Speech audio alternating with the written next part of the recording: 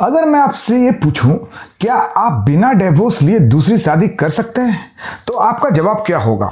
अगर आपने बोला हाँ क्यों नहीं, लोग तो करते ही हैं, तो आप गलत हो और ये गलती आपको सीधा जेल ले जा सकती है। और अगर आपने बोला नहीं ये इलीगल है, तो भी रुको, क्योंकि इसके भी कुछ एक्सेप्शन हैं जो शायद आपको पता ही नहीं। इस वीडियो के एंड तक ये एग्जैक्टली जान जाओगे कि कानून इसके बारे में क्या कहता है, कितनी सजा होती है और वो 3 हालात क्या है जिसमें सेकेंड मैरिज लीगली अलाउड होती है। एक बात और, इस वीडियो में आपको एक सुप्रीम कोर्ट का ऐसा जजमेंट बताऊंगा जिसने 1000 लोगों की जिंदगी बदल दी थी। वीडियो को अंत तक जरूर देखना। चलो अब शुरू करते हैं।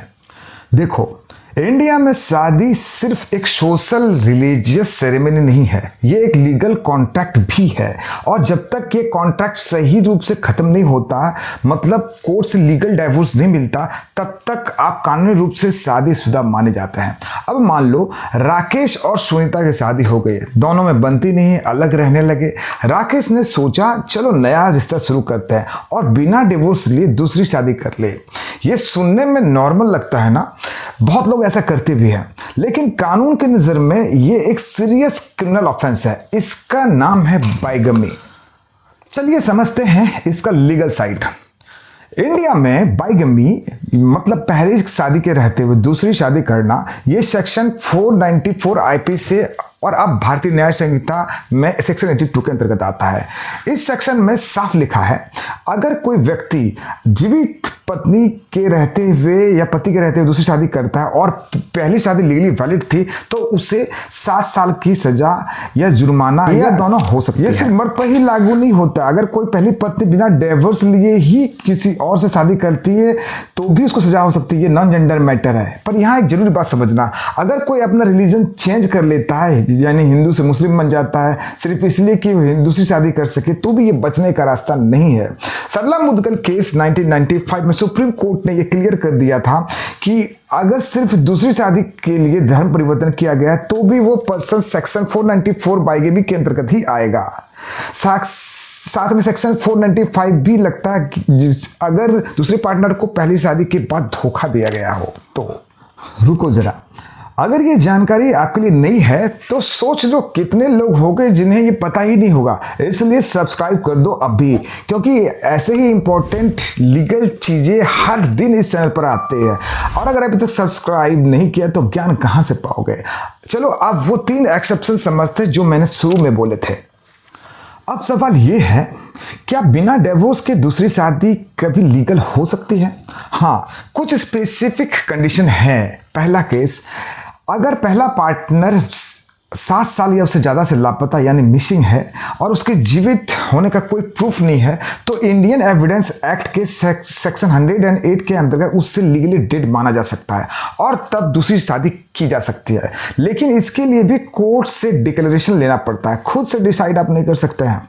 दूसरा केस, अगर पहली शादी वॉइड मैरिज थी यानी शुरू से ही इनवैलिड थी, जैसे क्लोज रिलेशनशिप के बीच शादी या ऑलरेडी शादीशुदा के इंसान से धोखे से हुई शादी, तो इलीगली सेकेंड मैरिज बिगेमी नहीं मानी जा सकती, लेकिन इसे प्रूफ करना कोर्ट में जरूरी होता है। तीसरा केस, अगर दोनों पार्टनर का जुडिशियल सेपरेशन हो चुका है और 1 साल से ज़्यादा हो गया बिना रिकंसिलिएशन के, तो स्पेसिफिक सिचुएशन में दूसरी शादी पॉसिबल है, लेकिन ये भी केस टू केस डिपेंड करता है।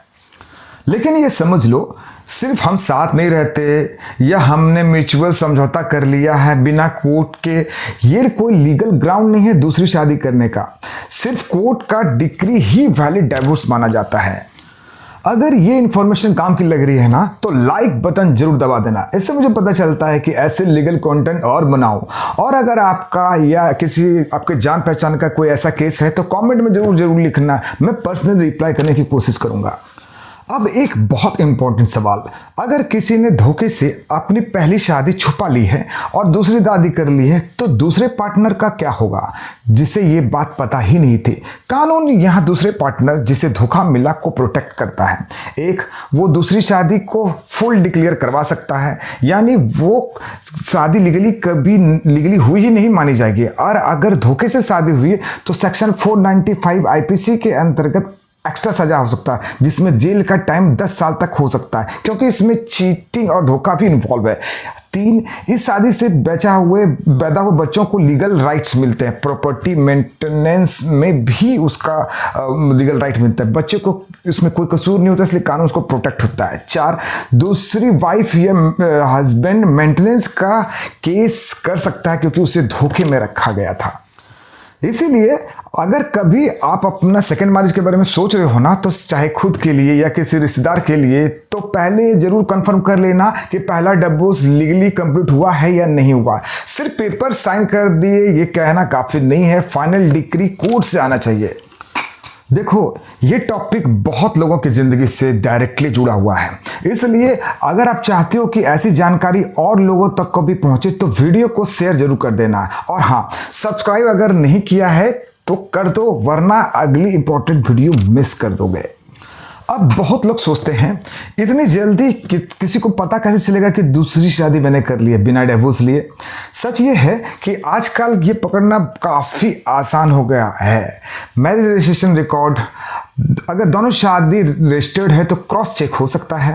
पहली पत्नी या पति खुद कंप्लेन कर सकता है या सकती है, ये सबसे कॉमन तरीका है। Social media, wedding photos court में एविडेंस के रूप में यूज़ होता है। बैंक अकाउंट, इंश्योरेंस, नॉमिनी जैसे डॉक्यूमेंट, और इनमें से स्पाउस का नेम चेंज हुआ तो ये भी ट्रैक हो सकता है।